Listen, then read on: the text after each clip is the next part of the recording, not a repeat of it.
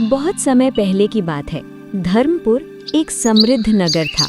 नगर के मध्य में एक विशाल मंदिर था जिसमें एक प्राचीन घंटी टंगी थी। कहते थे जब संकट आता है ये घंटी स्वयं बजती है, लेकिन वर्षों से वो घंटी खामोश थी।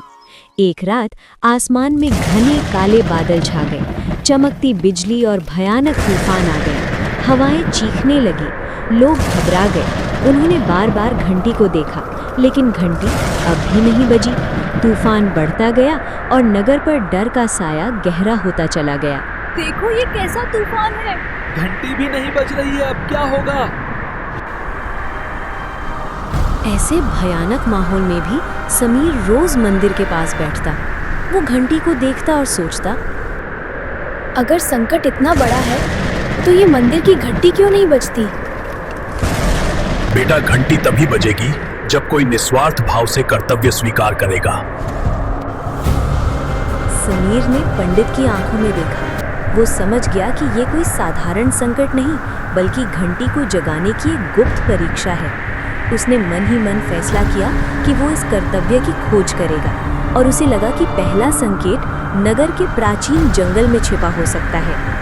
समीर अगले ही दिन उस रहस्यमय संकेत की खोज में जंगल गया। रास्ते में समीर को बहुत सारी चुनौतियों का सामना करना पड़ता है। सबसे पहले उसको वन देवी मिलती है। वन समीर,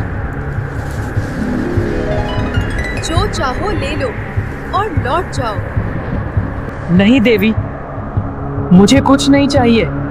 मेरा गांव संकट में है। तुमने त्याग को चुना है समीर, अब मार्ग स्वयं खुलेगा। आगे चलकर समीर का संकट और बढ़ जाता है। उसे रास्ते में एक खाई मिलती है जिस पर लकड़ी का टूटा हुआ पुल बना हुआ था।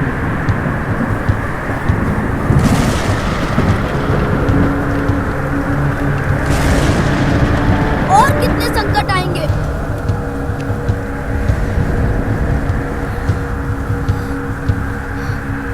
मुझे कुछ समझ नहीं आ रहा। मुझे वापस गांव जाना चाहिए।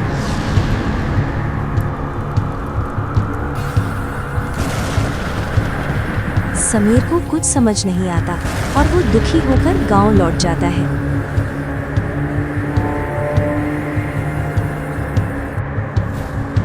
समीर के साथ जो कुछ भी हुआ आकर पंडित जी को सब कुछ बता देता है। पंडित जी समीर को कहते हैं, वत्स समीर, ये तुम्हारी परीक्षा थी।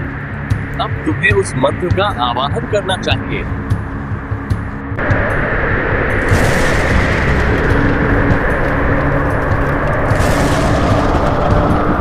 समीर ने जैसे ही मंत्र पढ़ा और दिव्य प्रकाश चमकने लगा, घंटियां बजने लगती हैं और बारिश रुक जाती है। वत्स, जो दूसरों की भलाई के लिए जीता है वही सच्चे अर्थों में आगे बढ़ता है। अब मैं समझा गुरुदेव, त्याग ही सबसे बड़ी शक्ति है। अरे, बारिश रुक गई। हाँ, घंटी भी बजने लगी है। चलो चलकर देखते हैं। समीर, आज तुमने हम सबकी जान बचाई है। तुम सच में बहुत अच्छे हो। मैंने सिर्फ अपना कर्तव्य निभाया है। हमें सबको अपना कर्तव्य निभाना चाहिए।